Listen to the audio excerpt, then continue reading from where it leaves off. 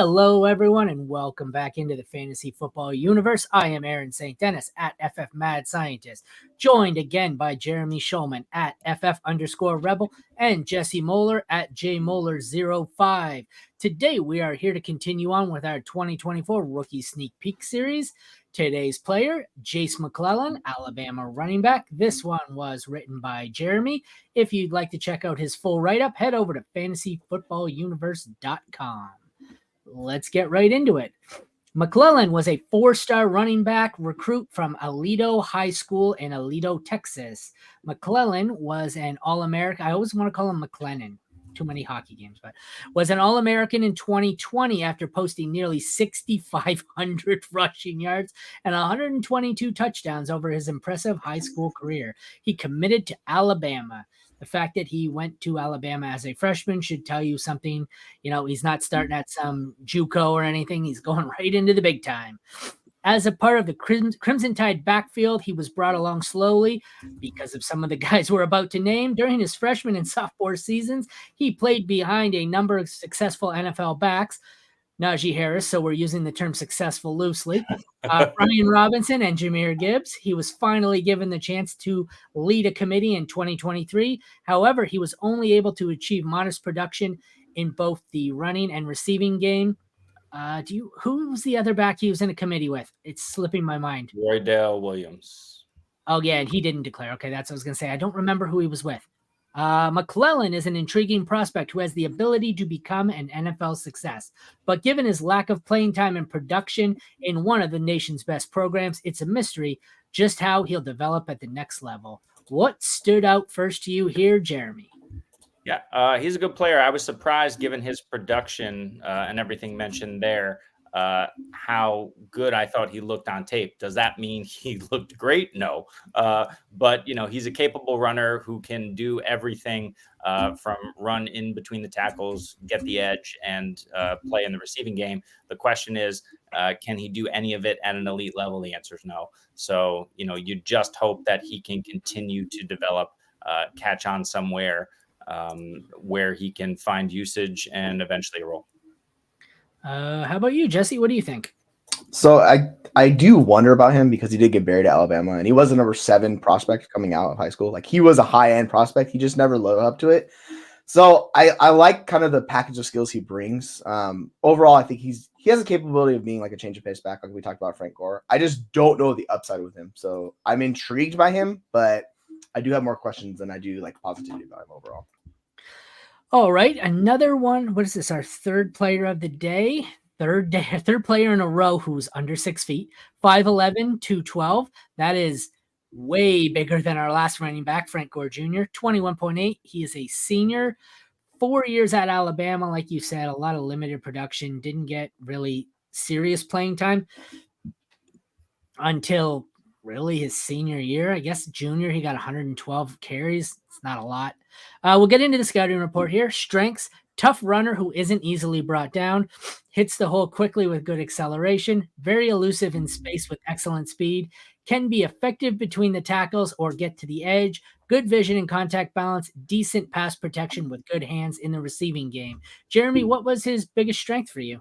Hey, he's very good at everything, but he's just not great at anything, right? You know, I mean, the thing is you look at those names that we mentioned, from Najee to Brian Robinson to Jahmyr Gibbs, right? He plays bigger than his 212 frame. That's not necessarily a plus thing for guys that size, because the next level, you know, it didn't work at this level against SEC defenses. I don't expect that play style is going to work for him. So either he's got to pack on some muscle or find a way to, you know, be used in space, fit in the right scheme. But he's not going to be a guy who just steps in anywhere and succeeds. He's going to have to find a place where they decide to utilize a particular skill set of his. What did you see, Jesse? So I like kind of how like he breaks plays a lot. Like, he plays a little, like you're saying, he plays bigger than his size, but he has one of the highest like breakaway run rates in the class. So he knows how to use his size, set it up, and hit the hole well and get those 15-yard chunk plays. So like, that's obviously like by far his best trait I've seen, is the way he sets it up, and then because he's a patient runner too, so he sets up his blocks, visualizes it, and just takes off. And he has enough burst to get there and get through the hole. So That's the one thing I take away of everything else. It's like, okay, he could do that. That should at least make him like semi-successful at the NFL level. Yep.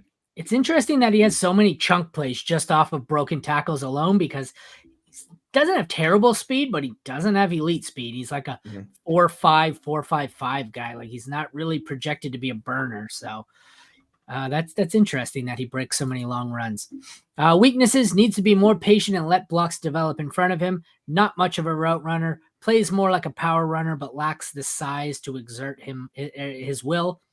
I see him kind of a Najee, where I think he's going to have to be a grinder with a lot of volume here. I don't necessarily think it's going to be an efficient guy. Jeremy, what was his biggest weakness for you? Yeah, he's kind of like a why is his name White, Tampa Bay? Rashad White? Rashad White. He feels almost like a Rashad White to me, where like he wants to be a good inside runner and he works on developing that, but he just can't get there. Like you said, as Najee, at the next level, I worry about that for him. So the fact that he's, almost initiating contact and running into guys, and, he's not brought down easily, but he just doesn't have that size. And I think that first point about patience is a prime example of that. He's just grabbing the ball from the quarterback and hitting the hole as fast as he can. He needs to let blocks kind of develop in front of him a bit more, and utilize his shiftiness or what he has of it to to get out in space. And he hasn't been able to do that consistently at Alabama. What did you see, Jesse? Yeah, I'm kind of with you. He's caught in between where you want him to bulk up to be a little bit bigger, but that's also going to take away his explosiveness. Yeah. But he's also not like, if he slims down, he's not going to be able to handle it. So he's kind of this in-between guy you don't really know what to do with at the next level. And I think that's going to be the biggest struggle, because like his PFF grade and like blocking last year was abysmal. He was atrocious at it. Compared to the previous years, he was fine. So I don't know what changed in that scheme or what they did, but it really showed up in the senior year, where I was like, how did you get substantially worse as a freshman and then go to senior? So it's just, I don't know what he's going to be at the next level. And if I can't predict that, and coaches can't predict that, they're not going to know where to play him and put him on the field. So I think that's going to be his biggest red flag coming out. Yeah, that's the problem for me. I just don't see a path to where he can be successful. He's not a pass catcher. He's not a blocker.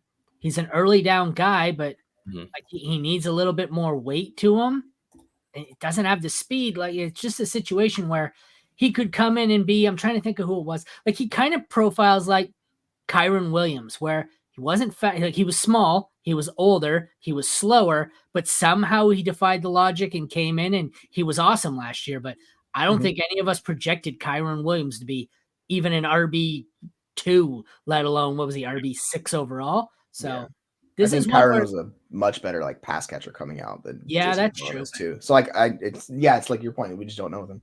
Yeah. I just think he's going to be a guy where he's going to need something to break in front of him, maybe literally. He's going to need an injury, because if he does, he may not get on the field, I think, with his skill set. And then if he does get that, goes to Baltimore and they lose all their running backs, or San Fran, like they're prone to, he could maybe break out and never give up the job. I don't see a path to him getting on the field consistently. And that's what gets me. Or the ideal landing spot. Scroll down. Segue. That would be 5th round to the Denver Broncos. Tell us a little bit more about that. Yeah. So Javonte Williams, is he ever going to be 100% again? We think probably. We hope so. Maybe not. Who knows? Sean Payton, he likes to use running backs. Okay. Samaje Perine, an old guy, and Jaleel McLaughlin, small. So it's possible. It's possible that's in a place like Denver, where there's a lot up in the air in the backfield, including who their quarterback's going to be. It's possible that he can see the field. Really, it's the same sort of situation that we talked about with some of these other backs. You find a backfield that is a bit in flux, that isn't well developed in terms of depth. You plug a guy in there and just see what he can do. How about you, Jesse? Where do you go? Yeah, I mean, he definitely needs an open running back room. Like, if you put him where he goes behind a stud, like, he's not carving up that path, right? So, and he more than likely needs to go in like an outside zone scheme. Like, I think that's how he's successful back, but like, it's difficult for him. So I'm fine with that. Just put him in Denver or any team that needs another running back. Like, I know we talk about Carolina a lot because they have needs. They needed another running back in that room. There's plenty of places like you need a change of pace back. I think he could do a lot of things well enough where you can get him on the field, and he's like a serviceable back, right? But he's never going to be exemplary. So like, he can fill a role, but overall, I'm just kind of just like meh on a lot of the stuff he does, unfortunately. Yeah. See, for me, I got the Raiders because Jacobs is going to be gone. I'm not so sure they anoint. He went to, I think Zamir White went to Alabama as well. I'm not so sure they just anoint and hand it all over to Zamir White. So I think he goes in. It's him and White. I think they could battle. At very least, he could be a tandem. So I don't mind that spot. But for me, it's any team that lacks any significant depth at running back, just a spot where he can find a way onto the field. Because you put him in a spot with, you put him in Detroit, he's going to be on the practice squad. Montgomery, Gibbs, he's not going to see anything unless there's 4 injuries deep. So yeah, we talked about Tampa Bay, right? Like they need another guy in there too. So 100%. I liked Sean Tucker. I'm not going to lie. I'm surprised Sean Tucker. I know we had health concerns that came up, but I thought Sean Tucker would be better when he got out there. Did you hear what the GM said today about Sean Tucker? He goes, he's going to need to take a major step forward this year. And I was like, oh, they're drafting somebody for sure. Yeah. Was it the old? Well, it actually just came out. Bucks head coach Todd Bowles says they'll bring in another RB to help take off some of the weights of White's work. Psychic in your witchcraft down there, Jesse, projecting things before. But all right, well, that concludes the 2024 rookie sneak peek of Alabama running back Jase McClellan. For Jeremy's full write-up, head over to fantasyfootballuniverse.com for McClellan and any of the other prospects we've looked up, or check back tomorrow for the next video in the series. For Aaron, Jeremy, and Jesse, thank you for tuning in to the Fantasy Football Universe. Take care and have a great day.